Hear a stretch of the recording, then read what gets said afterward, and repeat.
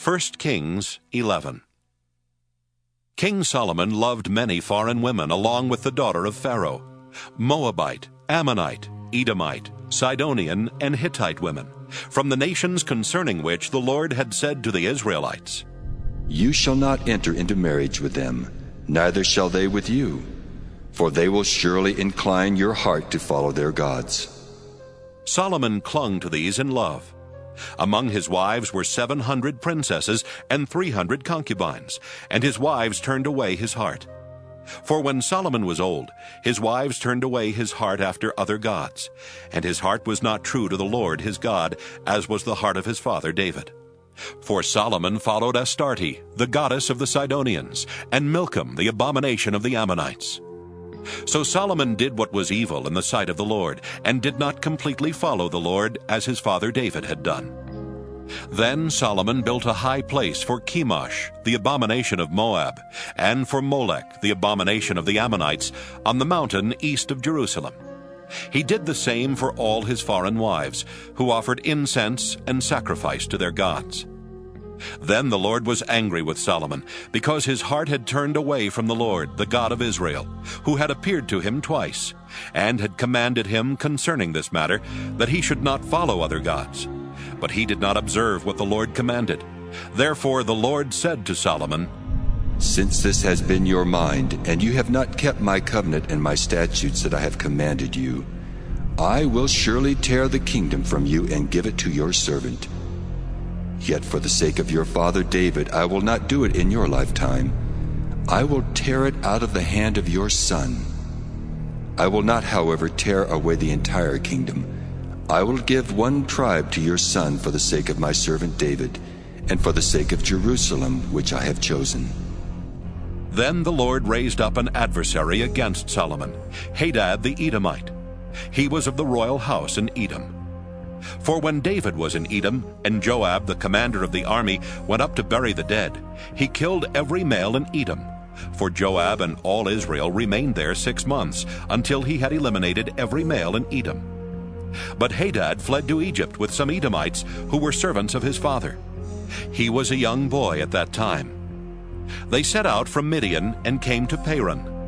They took people with them from Paran and came to Egypt, to Pharaoh, king of Egypt, who gave him a house, assigned him an allowance of food, and gave him land. Hadad found great favor in the sight of Pharaoh, so that he gave him his sister-in-law for a wife, the sister of Queen Tahpenes. The sister of Tahpenes gave birth by him to his son Genubath, whom Tahpenes weaned in Pharaoh's house. Genubath was in Pharaoh's house among the children of Pharaoh.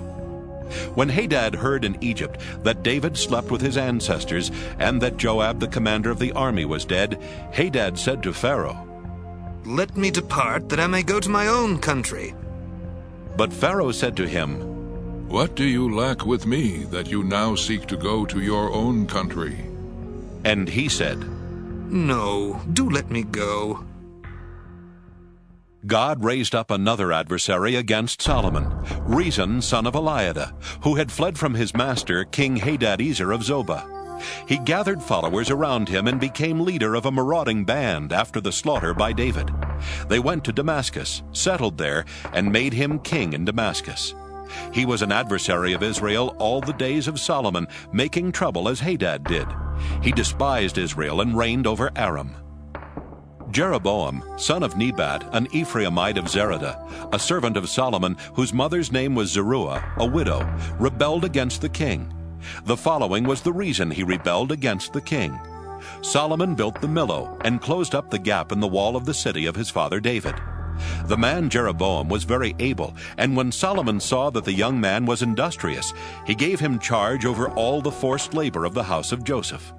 About that time, when Jeroboam was leaving Jerusalem, the prophet Ahijah the Shilonite found him on the road. Ahijah had clothed himself with a new garment. The two of them were alone in the open country when Ahijah laid hold of the new garment he was wearing and tore it into 12 pieces. He then said to Jeroboam, "Take for yourselves 10 pieces, for thus says the Lord, the God of Israel, See, I am about to tear the kingdom from the hand of Solomon, and will give you 10 tribes. 1 tribe will remain his, for the sake of my servant David, and for the sake of Jerusalem, the city that I have chosen out of all the tribes of Israel. This is because he has forsaken me, worshipped Astarte, the goddess of the Sidonians, Chemosh, the god of Moab, and Milcom, the god of the Ammonites, and has not walked in my ways, doing what is right in my sight, and keeping my statutes and my ordinances, as his father David did.